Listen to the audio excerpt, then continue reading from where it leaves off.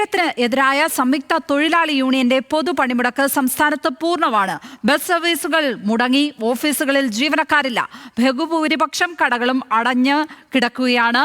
Service നടത്തിയ KSRTC ബസ്സുകൾ സമരക്കാർ തടഞ്ഞു.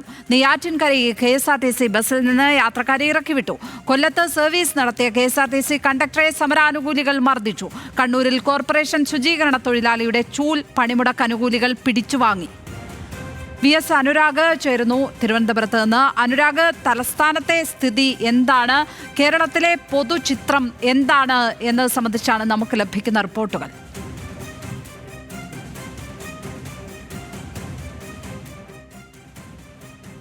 സാഹചര്യമാണ്. കാരണം രാവിലെ മുതൽ KSRTC ബസ്സുകൾ നഗരത്തിൽ സർവീസ് നടത്തുന്നില്ല. പ്രൈവറ്റ് ബസ്സായാലും സർവീസ് നടത്തുന്നില്ല.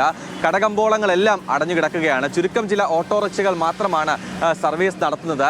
ഇപ്പോൾ ദൃശ്യങ്ങളിൽ കാണുന്നത് തിരുവനന്തപുരം തമ്പാനൂർ റെയിൽവേ സ്റ്റേഷന് മുൻഭാഗമാണ്. ഇവിടെ പോലീസിന്റെ വലിയ ബസ്സുകൾ പാർക്ക് ചെയ്തിട്ടുണ്ട്. ഇത് റെയിൽവേ സ്റ്റേഷനിൽ വന്നിറങ്ങുന്ന RCCയിലേക്കും മെഡിക്കൽ കോളേജുകളിലേക്കും പോകുന്ന ആളുകളെ കൊണ്ടുപോകാൻ നിർത്തിയിട്ടിരിക്കുന്ന ബസ്സുകളാണ്. ഇതിൽ ആളുകൾ നിറയുമ്പോൾ അതനുസരിച്ച് ആളുകളെ അവിടെ ഇടങ്ങളിലേക്ക് എത്തിക്കുകയും ചെയ്യും. സമാനമായി തന്നെ ഇവിടെ സേവാഭാരതിയുടെ ആംബുലൻസുകളും എത്തിച്ചിട്ടുണ്ട്. BMS പ്രവർത്തകരാണ് ഈ സേവാഭാരതിയുടെ ആംബുലൻസുകൾ ഇവിടെ എത്തിച്ചിരിക്കുന്നത്. BMS ഈ പണിമുടക്കിൽ പങ്കെടുക്കുന്നില്ല. അതുകൊണ്ട് തന്നെ ഈ ആളുകളെ ബാധിക്കാത്ത തരത്തിൽ അവർക്ക് സേവനം ചെയ്യുക എന്നുള്ള ലക്ഷ്യത്തോടെയാണ് സേവാഭാരതിയുടെ ആംബുലൻസുകൾ കൂടി എത്തിച്ചിരിക്കുന്നത്. എന്തായാലും ഈ പോലീസ് വാഹനം ഇപ്പോൾ നീങ്ങുകയാണ്.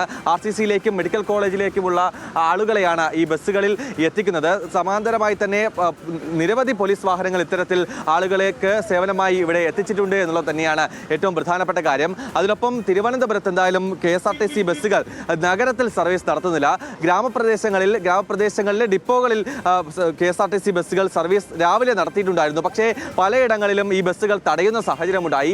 നെയ്യാറ്റിൻകരയിൽ ബസ്സിൽ നിന്ന് ആളുകളെ ഇറക്കിവിടുന്ന സാഹചര്യമുണ്ടായി. പലയിടങ്ങളിലും അത് നെയ്യാറ്റിൻകര ആയാലും കാട്ടാക്കട, നെടുമങ്ങാട്, പാലോട് അങ്ങനെ ഗ്രാമപ്രദേശങ്ങളിലെല്ലാം ചില ഇടങ്ങളിൽ സ്വകാര്യ വാഹനങ്ങളടക്കം സമരാനുകൂലികൾ തടയുന്ന സാഹചര്യമുണ്ടായി. പക്ഷേ വലിയ ഒരു അനിഷ്ട സംഭവങ്ങളിലേക്കോ സംഘർഷത്തിലേക്കോ തലസ്ഥാനം ഇതുവരെ കടന്നിട്ടില്ല. സമാധാന അന്തരീക്ഷത്തിലാണ് പണിമുടക്ക് പുരോഗമിക്കുന്നത്. എന്തായാലും തിരുവനന്തപുരത്ത് പൊതുവെ ഇപ്പോൾ സ്വകാര്യ വാഹനങ്ങളടക്കം വിരലിലെണ്ണാവുന്ന തരത്തിൽ മാത്രമാണ് നിരത്തിലുള്ളത്. വലിയ തരത്തിലുള്ള ആളുകളൊന്നും പുറത്തേക്ക് ഇറങ്ങുന്നില്ല. കാരണം പണിമുടക്ക് നേരത്തെ തന്നെ പ്രഖ്യാപിച്ചതാണ്.